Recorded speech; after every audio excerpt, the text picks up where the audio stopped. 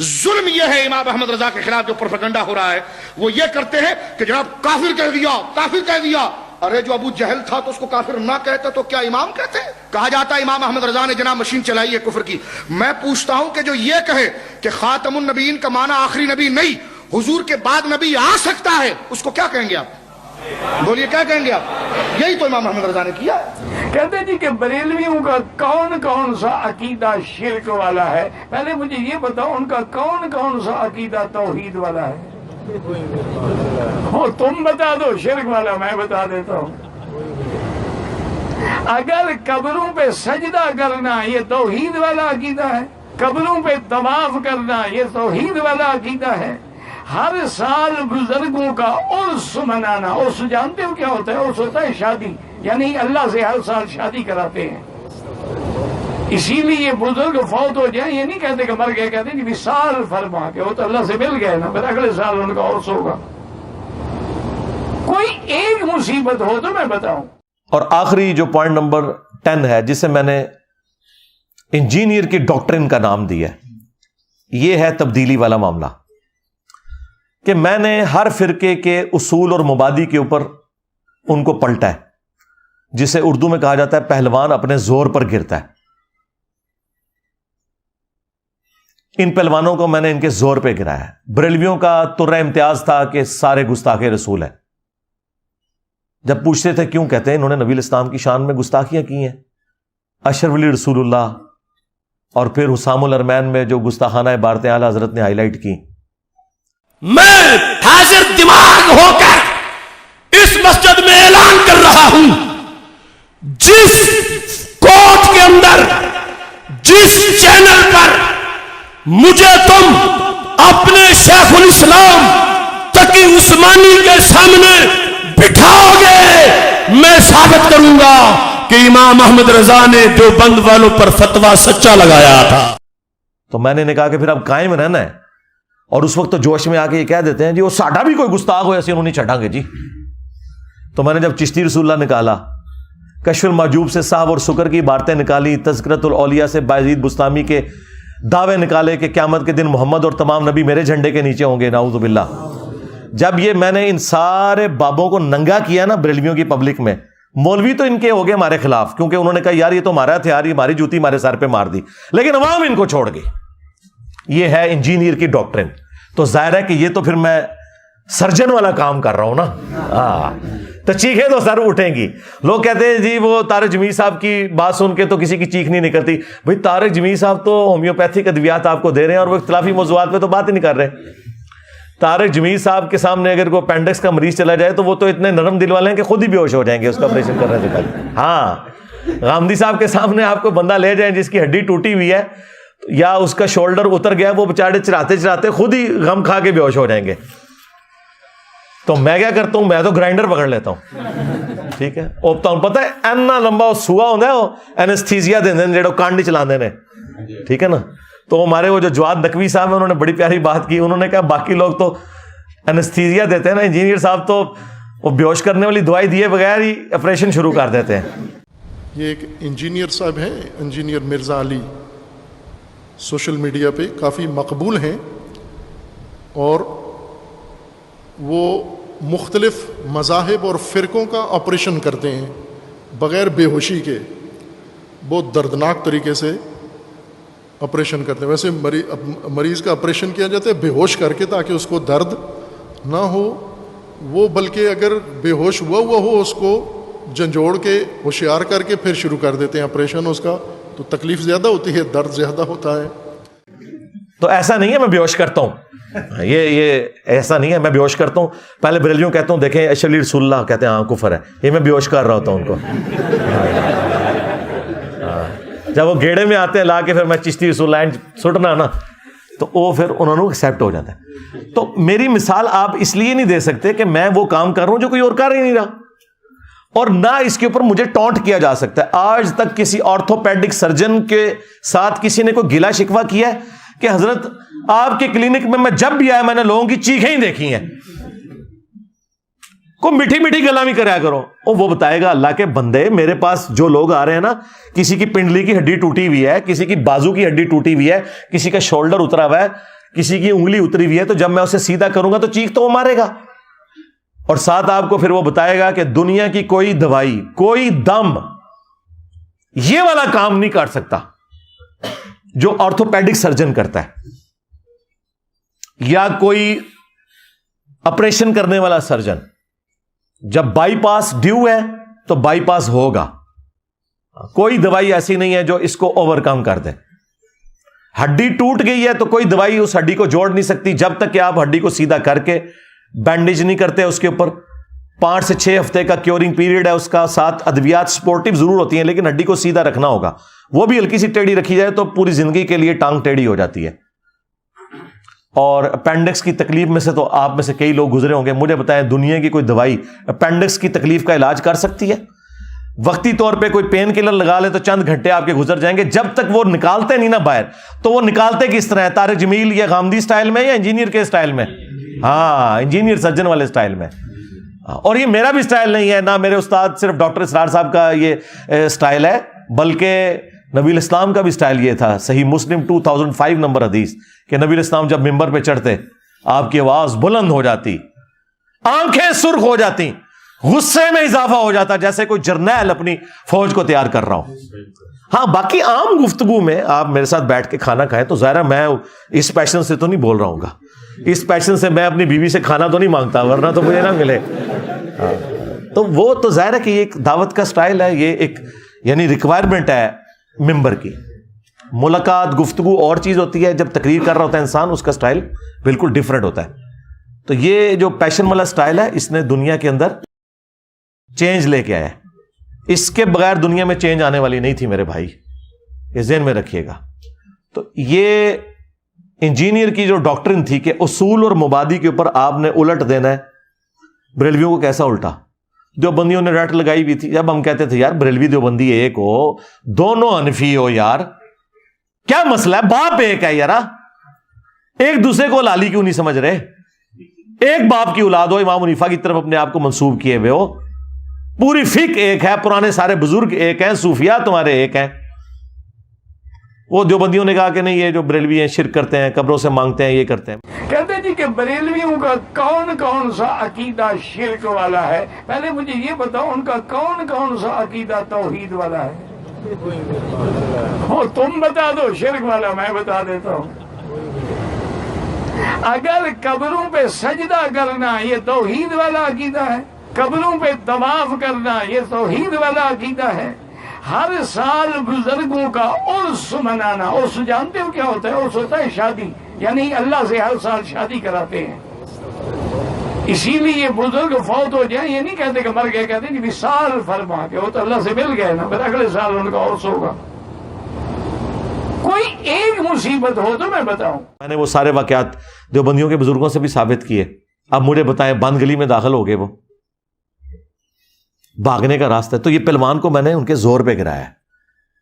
میں نے بتایا کہ بھائی جو قاسم نانوتوی صاحب ہیں، اشرف تھانوی نے خود نقل کیا ہے کہ وہ مرنے کے 6 سال کے بعد بیداری میں، خواب میں نہیں، 6 سال کے بعد اپنی قبر سے نکل کے دیوبند میں 2 مولویوں کی صلح کروا کے چلے گئے. اور سخت سردیوں میں جس نے وہ رضائی اوڑھی ہوئی تھی اس کے اندر بھی اس کا پسینہ چھوٹ گیا، اور شاید کوئی اور بھی چیز چھوٹ گئی ہو.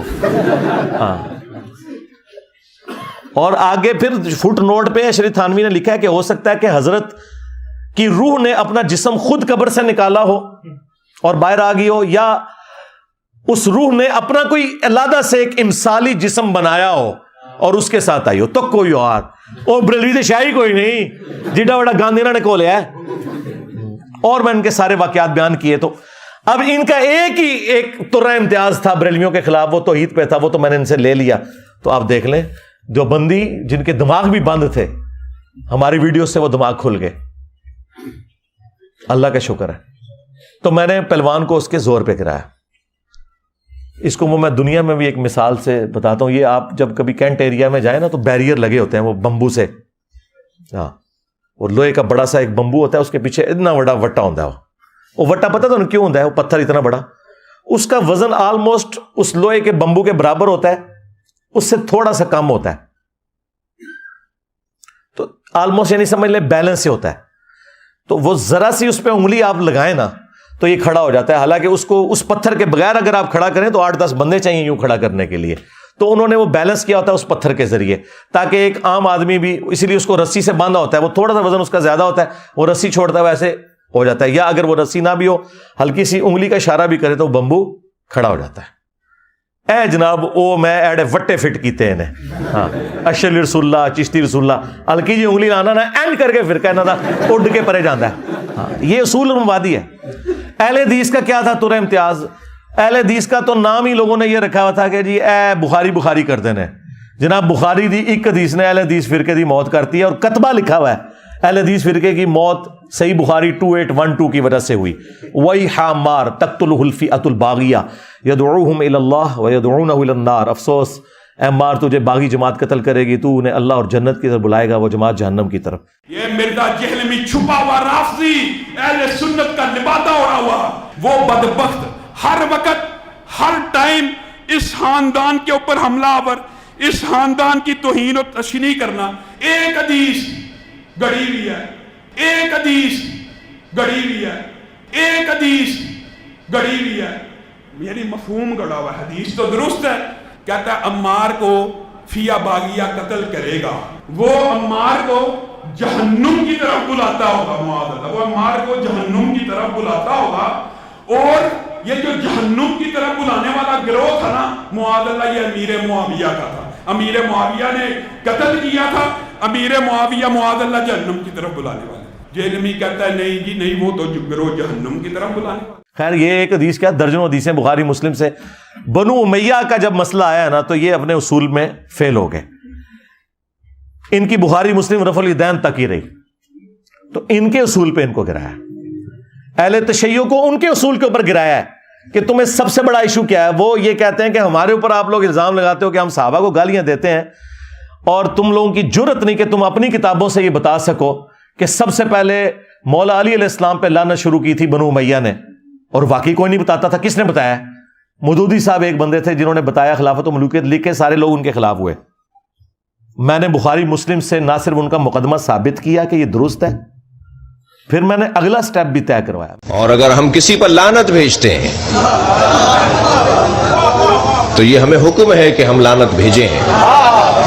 میں نے کہا کھولو اب تم اپنی کتاب ناج البلاغہ, جس میں مولا علی علیہ السلام کا خطبہ ہے کہ عین جنگ صفین کے موقع پر میدان جنگ میں کچھ اصحاب نے مخالف پارٹی پہ سب و شتم کیا, تو مولا علی نے انہیں کہا کہ انہیں گالی گلوچ نہ کرو, علمی طریقے سے ان کی غلطی ان پر ہائی لائٹ کرو, تاکہ جو حق سے آری لوگ ہیں یہ راہ حق پر واپس آ جائیں.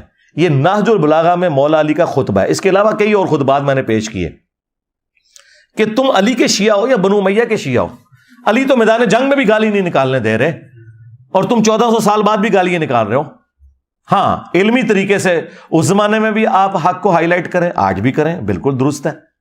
تو میں نے ان کے اصول اور مبادی کے اوپر ان کو پکڑا.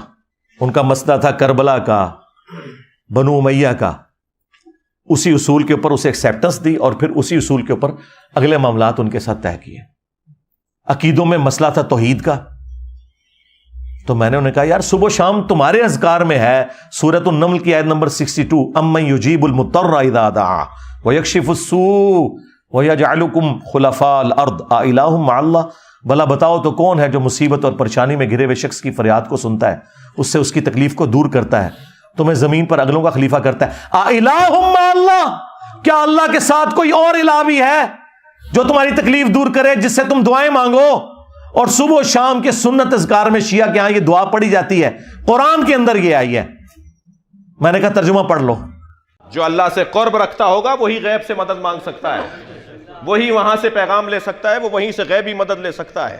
تبھی تو ہم اور آپ جاتے ہیں اللہ کے خاص بندوں کے پاس, اولیاء الہی کے پاس, متقی پرہیزگاروں کے پاس, اور جو اللہ کا قرب رکھتا ہے وہی اللہ سے غیب کی مدد لے سکتا ہے. اللہ سے مدد وہ لے گا. بہت سے لوگ کہتے ہیں ہمیں ڈائریکٹ اللہ سے بات کرنی چاہیے, ہم اللہ سے خود بات کریں گے, ہمیں کسی وسیلے کی ضرورت نہیں ہے. اس کو دیکھو تو صحیح, یہ ہے کون؟ اس نے اپنا قد دیکھا ہے, اس نے اپنا چہرہ آئینے میں دیکھا ہے, اس کی حیثیت ہے کہ ڈائریکٹ اللہ سے بات کرے؟ ڈائریکٹ اللہ سے بات کرنے کا دعویٰ یا محمد کریں یا علی کریں. اہل تقوی کو حق ہے کہ وہ اللہ سے بات کریں. کہنے جی یا علی مدد کہنا بدعت ہے. اچھا بولتے ہمیں، تشریح آپ کریں گے؟ یا علی مدد کا مطلب مولا علی سے دعا مانگنا ہے، یہ وسیلہ اور توسل نہیں ہے.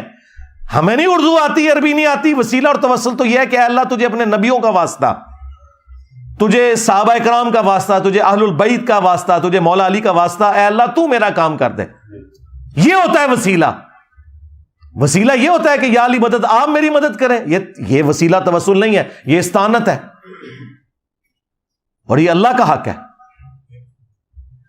اور پھر میں نے کہا کہ کھولو ناج البلاغہ میں مولا علی نے جو حسن ابن علی کو خط لکھا ہے، اپنے بیٹے کو کہا اے بیٹا تو اس کی اولاد ہے جس نے عنقریب مر جانا ہے، فنا ہو جانا ہے. اس نے فنا کے لفظ ہیں، حالانکہ وہ اللہ کی جنتوں میں زندہ ہے، جسم مبارک بھی ان کا سلامت ہوگا، لیکن ان کا علی نے تو فنا ہو جانا ہے اور اس ایک ذات نے باقی رہنا ہے. اے حسن تجھے جب بھی کوئی مصیبت اور پریشانی ہو اللہ ہی سے مدد مانگنا، اور یاد رکھنا میرے بیٹے حسن، اللہ کا دربار وہ درگاہ ہے کہ اس نے اپنا کوئی دربان بھی مقرر نہیں کیا کہ جس کی اجازت کے ساتھ اندر آنے کی ضرورت پڑے. اور پھر ساتھ مولا علی نے کہا کہ نہ اس نے اس چیز کو ضروری ٹھہرایا ہے کہ تو کسی کا وسیلہ بیچ میں ڈالے، کسی کا واسطہ دے اللہ کو. اللہ نے یہ بھی کوئی ضروری نہیں ٹھہرایا. یہ بھی الفاظ موجود ہے ناج البلاغہ میں. تسی یا علی مدد لے کے بیٹھے ہو، مولا علی نے کہہ رہے کہ واسطے وسیلوں کی بھی ضرورت نہیں ہے. آپ مجھے بتائیں کہاں بھاگیں گے یہ؟ اور پھر مولا علی کا وہ خطبہ جو ناج البلاغہ میں موجود ہے، حضور کی میت پہ کہہ رہے ہیں یا رسول اللہ آپ کی موت اگلے انبیاء کی سی نہیں ہے، آپ کی موت نے آسمان کا زمین سے رشتہ منقطع کر دیا، اب قیامت تک کوئی غیبی خبر نہیں آئے گی. تو سارے کشف، الہام، ٹھیک ہے جی، عقیدہ امامت اس اعتبار سے کہ اسے ڈیوائن مانا جائے، سب کچھ فارغ کر دیا مولا علی نے. اگر مولا علی کہہ رہے ہیں کہ آسمان سے خبر ختم ہو چکی ہے، مولا علی کو اگر خبر نہیں آ رہی تو بعد والے تو شاہی کوئی نہیں. پھر آج کوئی بابا آ کے دعویٰ کرتا ہے جی منو فلاں آیا ہو گیا تو ہو گیا.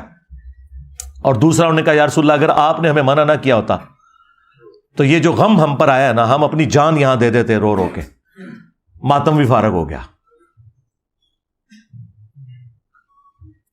تو آپ اندازہ کریں ان کے اصول اور مبادی کے اوپر یہ سارے کے سارے معاملات میں لے کے چلا. قادیانی دیکھ لیں، انہیں یہ تھا کہ ہم بڑے کمزور ہیں، ہمارے پر ظلم ہوتا ہے، ہم علمی بات کرتے ہیں، ہم سے کوئی بات نہیں کرتا.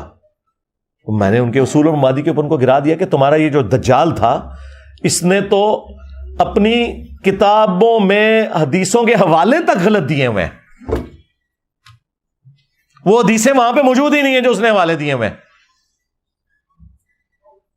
پلس اس نے جو اصول اور مبادی کھڑے کیے ہیں قرآن و سنت سے دلائل کے، وہ تم خود پڑھ کے دیکھو، ان چیزوں کا لینا دینا ہی کوئی نہیں ہے. بخاری سے لا کے حدیث پیش کرتے ہیں کہ عبداللہ ابن ابی اوفا کہتے ہیں کہ حضور کا بیٹا اگر ابراہیم اگر یہ جوانی کی عمر کو پہنچتا تو یہ بھی پیغمبر ہوتا. اور انہوں نے پورے مسلمانوں کو دھوکے میں رکھا، کہتے ہیں دیکھیں نبوت جاری ہے. تبھی تو صحابی کہہ رہے کہ حضور کا بیٹا قاسم بن محمد، جن کی وجہ سے کنیت تھی رسول اللہ کی صلی اللہ علیہ وآلہ وسلم ابو القاسم، یہ اگر زندہ رہتے تو پیغمبر ہوتے ہیں. وہ حدیث جو ہے وہ یہ ہے کہ حضرت ابراہیم جو حضور صلی اللہ علیہ وآلہ وسلم کے ماریہ قبطیہ کے بطن سے فرزند تھے، جب آپ کا وصال ہوا تو حضرت اقدس محمد رسول اللہ نے ان کو لحد میں اتارتے ہوئے فرمایا لو آشا لکانا صدیقا نبیا، یہ میرا بیٹا اگر زندہ رہ جاتا تو صدیق نبی ہوتا. یہ جو بعض لوگ، بعض علماء اس سے نکلنے کی کوشش کرتے ہیں، اس کے مفہوم سے باہر جانے کی کوشش کرتے ہیں، یہ کہہ کر کہ اس سے مراد یہ ہے کہ اسی لیے اللہ تعالیٰ نے مار دیا کہ نبی نہیں آ سکتا تھا، اگر نبی آ سکتا تو ان کو وفات کر دیتا. مولا علی قاری نے اس کو سختی سے رد فرمایا ہے. انہوں نے کہا یہ خدا تعالیٰ کی شان کے خلاف بات کرتے ہو. ہم نے کہا آگے چل. آگے لکھا ہے ابن ابی اوفا کہتے ہیں کہ چونکہ رسول اللہ پہ ختم نبوت ہو چکی ہے اس لیے آپ کا کوئی بچہ جوانی کی عمر کو پہنچے نہیں، کیونکہ سلسلہ نبوت ختم ہو چکا ہے. تو نے اتنا جملہ لیا کہ قاسم زندہ رہتا تو وہ نبی ہوتا. میں بھی کہتا ہوں کہ حضور کا اگر کوئی بیٹا جوانی کی عمر کو پہنچتا تو نبی ہوتا اگر حضور خاتم النبیین نہ ہوتے. آگے لکھا ہوا ہے اور یہ قرآن میں بھی ہے، ما کان محمد ابا احد من رجالکم ولکن رسول اللہ و خاتم النبیین. محمد تم مردوں میں سے کسی کے باپ نہیں ہے، ان کا تو اپنا بیٹا بھی مرد نہیں بنے گا، چاہے جائے کہ زید ابن حارثہ کو کوئی ان کا بیٹا مان لے، کیوں؟ وہ کسی مرد کے باپ کیوں نہیں ہے؟ اس لیے کہ ولاکن رسول اللہ و خاتم النبیین، چونکہ وہ اللہ کے رسول اور خاتم النبیین ہے، لہذا ان کا کوئی بیٹا جوان نہیں ہوگا، کیونکہ یہ تو بڑی عجیب بات تھی کہ ابراہیم کا بیٹا پیغمبر ہو اور محمد رسول اللہ کا بیٹا پیغمبر نہ ہو، یہ ہو نہیں سکتا تھا۔ تو اللہ نے کلیئر کیا کہ ان کے بیٹا پیغمبر اس لیے نہیں کہ یہ خاتم النبیین ہے، ان کا کوئی بیٹا اپنا جوانی کی عمر تک پہنچے گا بھی نہیں۔ تو ہر فرقے کو اس کے اصول اور مبادی کے اوپر گرایا۔ یہ تھی انجینئر کی ڈاکٹرن، یہ ایک سرجن والا کام تھا، اس کی وجہ سے چیخیں بھی نکلیں۔ ظاہر ہے میں کام ہی ایسا کر رہا ہوں، اب یہ کام اس کے بغیر ہو نہیں سکتا۔ اور جو یہ مجھے آگے مشورے دیتے ہیں، چھڑ دو منو مشورے دینے بند کرو، تو اسی کر کے دسو، مجھے وہ مشورہ دے جو خود یہ کام کر کے بتائے۔ اور تمہارے خلاف تو مولوی نام لیے بغیر اشارتاً تقریر کر دے، تسی ایک مہینہ مسیتی نہ وڑ دے ڈر دے مارے، گلا منو کر دے ہو آگے۔ ہاں جائے میں نے تو کئی بار لوگوں کو کہا جن کو بڑا شوق ہے نا کہ ہم بڑے اچھے طریقے سے دعوت کر سکتے ہیں، میں نے کہا ایک حدیث لے جاؤ مسلم کی 2245 کہ میں تمہیں منع کرتا ہوں قبروں پر عمارت بنانے سے، قبروں کو پکا کرنے سے، اس پہ مجاور بن کے بیٹھنے سے، خرچہ سارا میں اٹھاتا ہوں تمہارا، ٹھیک ہے؟ گال میں ایک طرف شہد رکھ لو، ایک طرف گڑ رکھ لو، اور جا کے داتا دربار لوگوں کو دعوت دو کہ میٹھے میٹھے اسلامی بھائیوں، ہاں میں اپنے نبی کی حدیث ماشاءاللہ ایک پازیٹیو انداز میں بیان کرنے آیا ہوں، سبز پگڑی بھی باندھ لو۔ ہاں حدیث سنائے، اس کے بعد کہ یہاں پہ سید صاحب دفن ہے، آج ان کی روح کے سال ثواب کے لیے، ان کی روح کو خوش کرنے کے لیے ان کا مزار توڑنے سے ہی ہم سنت کا آغاز کرتے ہیں۔ ہاں تو لگ پتہ چاہے گا، یہ باتیں کرنا آسان ہے۔ تو یہ ہماری مجبوری تھی، یہ تبدیلی لانے کے لیے انجینئر کی ڈاکٹرن کی ضرورت تھی۔ اس کے علاوہ کسی کے پاس کوئی ہے طریقہ، وہ ضرور اڈاپٹ کرے اور تبدیلی لا کے بتائے۔ دنیا میں کئی علماء آئے، پوری تنظیمیں بنائی، ہزاروں لاکھوں لوگ چینج کیے، اپنے زوم میں اپنے فرقے کے ساتھ اٹیچ کیے، تبدیلی کوئی بھی نہیں آئی ہے۔ یہاں پہ آپ دیکھیں، اور یہاں تو جب ہم چھوٹے چھوٹے تھے نا، تو کبھی کوئی ایک خبر آتی تھی سالوں بعد کہ فلاں بندہ جو ہے نا اہل حدیث سے بریلوی ہو گیا، کوئی بریلوی سے دیوبندی ہو گیا، ایتھے لینڈ لگی ہے جی، ساڑھے کو لائف سٹوریاں نہیں پہ پوریاں ہوندیاں۔ اپنے کٹر فرقے چھوڑ دیے لوگوں نے، بلکہ کٹر ہی ٹوٹ گئے ان کے۔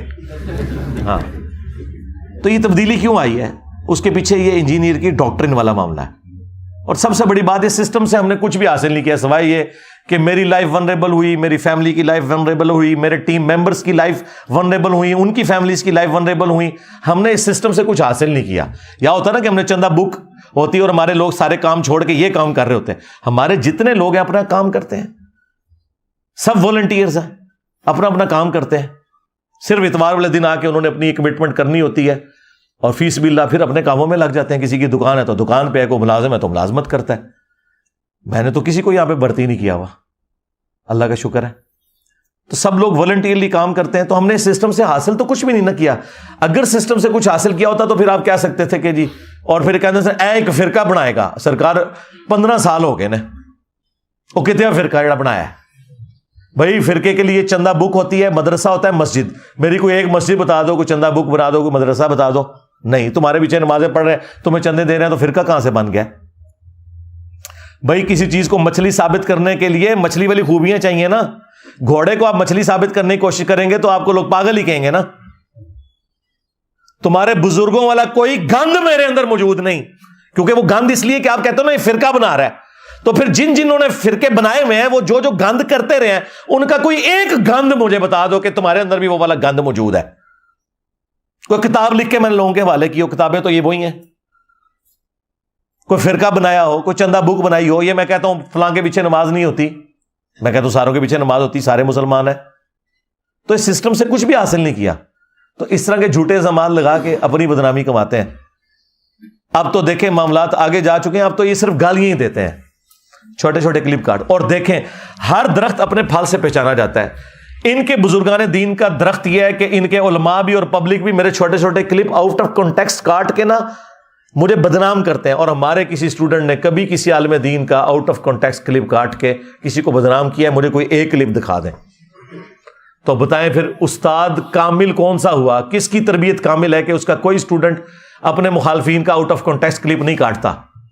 اور ان کے سارے یہی کام کرتے ہیں، کلپ 3-3 4-4 سیکنڈ کے. یار 4 سیکنڈ میں آپ کے کیا، بلکہ اگلے دن وہ ہمارے میر صاحب کو انہوں نے بلایا تھانے میں نا، کچھ مہینے پہلے کی بات ہے، جب انہوں نے FIR کٹوائی تھی، وہ جو فارغ ہوئی، تو وہ کلپ کاٹ کے پتہ کیا دیا ہوا؟ اس میں الفاظ تھے کہ معاویہ کا پیٹ پھر پوری زندگی نہیں بھرا، یہ کلپ کٹا ہوا ہے. تو وہ پوچھتا ہے یہ آپ نے کیا کہا؟ بھئی ہم نے نہیں کہا، یہ اس حدیث کے راوی نے کہا ہے جس نے وہ حدیث روایت کی دلائل النبوہ امام بیہقی کی کتاب میں کہ نبی علیہ السلام نے کہا تھا کہ اس کا خدا پیٹ نہ بھرے، اور وہ راوی حدیث کہتا ہے کہ حضور کی پھر یہ بدوا لگ گئی اس کو اور مرتے دم تک اس کا پیٹ نہیں بھرا. یہ حدیث میں راوی کے الفاظ تھے. انہوں نے اگلا جملہ صرف کاٹا کہ معاویہ کا پیٹ پھر مرتے دم تک نہیں بھرا. ان کا یہ انجینئر کہہ رہا ہے. کتنے ظالم ہیں. اس طرح چھوٹے چھوٹے کلپ کاٹتے ہیں. میں تو اگلے دن اپنے بھائیوں کو کہہ رہا تھا، میں جس پیشن سے بیان کرتا ہوں وہ بخاری مسلم کی حدیث کہ نبی علیہ السلام غزوہ حنین کے موقع پر جب 12,000 کا لشکر آپ کو چھوڑ گیا، آپ 80 لوگوں کے ساتھ اکیلے آگے بڑھے. انا النبی لا کذب انا ابن عبد المطلب، میں نبی ہوں، اس میں کوئی شک نہیں. اب یہ میرا جو جملہ ہے، میں نبی اس میں کوئی شک نہیں ہے، وہ کاٹ لے. یہ یہی خبیث کرتے ہیں، میں عبد المطلب کا بیٹا ہوں، اس میں کوئی شک نہیں. یہ تو میں تو حدیث بیان کر رہا ہوں. تو کلپ تو اللہ کی کتاب سے بھی کاٹا جا سکتا ہے، بخاری مسلم سے بھی کاٹا جا سکتا ہے. قرآن میں لکھا ہے عیسیٰ ابن مریم اللہ کے بیٹے ہیں، ہاں لکھا ہوا ہے، لیکن ساتھ لکھا ہے لقد کفر الذین قالوا ان اللہ هو المسیح ابن مریم، بے شک وہ کفر کر رہے ہیں جو کہہ رہے ہیں کہ اللہ ہی عیسیٰ ابن مریم ہے. ہاں قرآن میں لکھا ہے نماز کے قریب مت جاؤ، لیکن لکھا ہوا ہے وانتم سکارا لا تقربوا الصلاۃ وانتم سکارا، جب تم نشے کی حالت میں ہو. ہاں جی. تو میرے بھائی کلپ تو اللہ کا بھی کاٹا جا سکتا ہے، کلپ تو رسول اللہ کا بھی کاٹا جا سکتا ہے، لیکن یہ جو کلپ کاٹنے والے ہیں نا، یہ ثابت کر رہے ہیں کہ یہ دین کے غدار ہیں، یہ دشمن ہے دین کے، کہ جو مجاہد دین کا کام کر رہا ہے اس کی لائف کو بھی ونریبل کر رہے ہیں. مجھے تو فرق نہیں پڑتا، میں نے تو اپنی لائف ونریبل کی ہوئی ہے، میں نے آپ کو بتایا، مجھے کوئی فرق نہیں پڑتا. میں اب اس لائف کے ساتھ اللہ نے مجھے مانوس کر دیا ہے، اگرچہ میرے لیے مشکل زندگی ہے لیکن میں اس کے ساتھ مانوس ہو چکا ہوں، مجھے کوئی فرق نہیں پڑ رہا. لیکن تجھے ہی نہیں بچنا. ہاں انشاءاللہ تعالی، جو کہتے ہیں بند کمرے چ بہ کے، ہاں بند کمرے چ بہ کے تواڈے تالے تروڑ دیتے نے، تواڈے بابیاں دے دماغاں دے تالے تانوں لگے ہوئے تروڑ دیتے نے اللہ کے فضل سے، الحمدللہ. تو ہمیں کوئی فرق نہیں پڑتا. لیکن میں صرف یہ بتا رہا ہوں کہ میں نے اپنے مخالفین کو بارہا ریکویسٹ کی ہے کہ اگر تم لوگ چاہتے ہو نا کہ تمہارے فرقے 10 15 20 سال اور نکال جائیں تو میرے بارے میں خاموشی اختیار کر لو، کیونکہ اگر تم بولو گے تو میں تو نہیں چھوڑوں گا. ہاں اور جب تم بولو گے میں اتنا ہی اس کا جواب جب دیتا ہوں تو پھر کوئی کسی کا میں لحاظ نہیں کرتا، کیونکہ ہم کسی سسٹم کے بینیفیشری نہیں ہیں. دیکھیں وہ بدماش قسم کے مولوی جن کے نام ٹی وی پہ آ کر لوگ اشارتاً لیتے ہیں، میں ان کو بائی نیم للکارتا ہوں. ہے کسی کی جرت دبک جاتے ہیں. ہاں بعد میں پیغام جاتے ہیں علی بھائی ذرا ہاتھ ہولا رکھو ہے تسی، میں تے کہنا نہیں چاہتا تیری ایسی دی تیسی، تو منو کیا ابو بکر دا گستاخ. میں فتنے ابار دیں، جناب کوئی انجینئر بہ کے، جناب کوئی پلمبر بہ کے، جناب کوئی جناب کرنڈی مین بہ کے، جناب کوئی مستری بہ کے، وہ حضرت جناب سیدنا صدیق اکبر دے بارے گل کر رہا ہے. شکل نہیں دیکھی بچوں نے اپنی ہے، اوتھے بہ کے بند کمرے گل کر رہے تھے. میدان چاہو تو ہم دسیے جناب سیدنا صدیق اکبر کہندے کنوں جڑا اپنے حجرے دی مسجد تو باہر نہ نکل سکے، او انہاں دے بارے گل کرے جنہاں حضور دی خاطر سارا کچھ قربان کیتا، جنہوں گھر 2 وقت دی روٹی نہ میسر ہوئے، او حضرت جناب سیدنا صدیق اکبر دے بارے گل کرے. اے تے میدان وچ حضرت جناب سیدنا صدیق اکبر حضور سید عالم صلی اللہ علیہ وسلم نال جدو ہجرت دے موقع تے چلے تے این بے کے اندر کتاباں جناب کیڑا بن کے تے جناب 4 یوٹیوبراں نال تے جناب این نہیں گل بندی، اے دین نو ڈھان والیاں گلاں. دیکھا کیسی منجی ٹھوکی ہے. ہاں کسی کی جرت نہیں، نہ مرے ہوں کی نہ زندوں کی. کیوں کہ آپ سب لوگ اگر کوئی دل میں خیال بھی آتا تھا چپ کر کے بیٹھ جاتے تھے، ان سے ڈرتے تھے. اللہ کے فضل سے اللہ نے مجھے ہمت دی ہے اور اب تو ہر طرف انجینئر ہو رہی ہے. آج ہمارا یہ دعوت کا قد کاٹ ہی بہت بڑا ہے، لیکن جب شروع میں جتنی مشکلات تھیں آپ لوگ سوچ نہیں سکتے. وہ تو دیکھو لائف سٹوری تو میری ابھی سٹارٹ ہی نہیں ہوئی ہے. ابھی تو میں صرف آپ کو دعوت کے حوالے سے ڈسکشن بتا رہا ہوں کہ کس طریقے سے ہم نے مشکلات دیکھی ہیں شروع میں.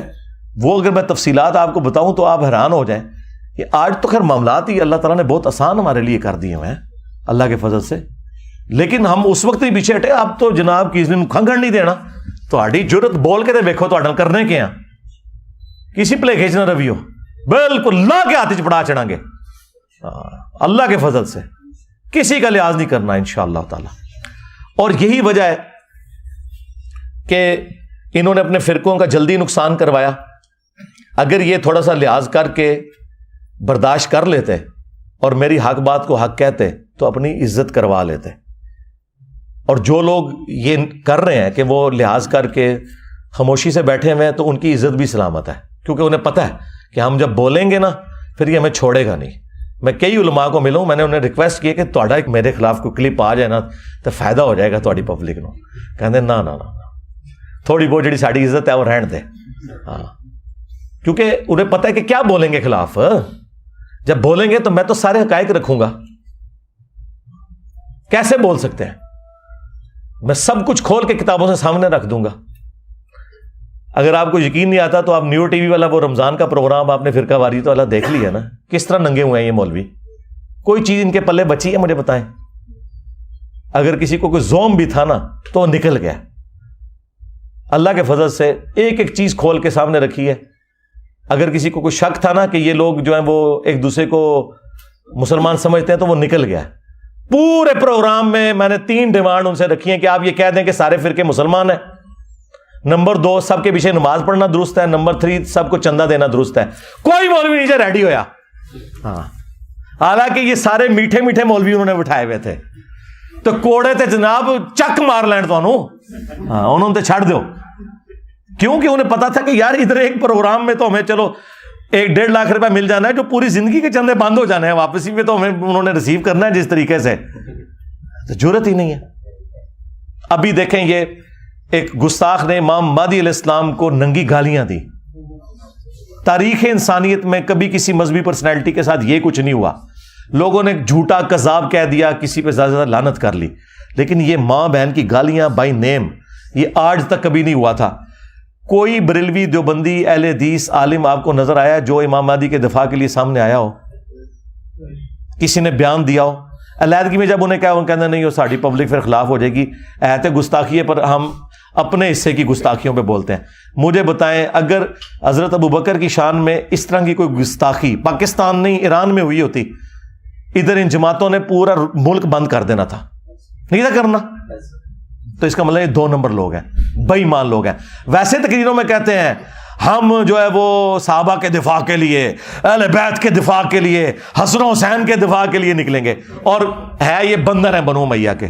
کسی نے ہمارے جذبات کو بھڑکانے کی کوشش کی تو ابو بکر عمر کے دفاع کے لیے, عثمان و علی کے دفاع کے لیے, علی المرتضی کے دفاع کے لیے, حسنین کریمین کے دفاع کے لیے, امیر الحق ولی خان معاویہ بن ابی سفیان کے دفاع کے لیے, ادھر آ دل بر ہنر آزمائے تو تیر آزما ہم جگر آزمائے. اللہ کے فضل و کرم سے ہم یہ کام کرنے کے لیے تیار ہیں. آپ سارے کے سارے یہ کام کرنے کے لیے تیار ہیں انشاءاللہ.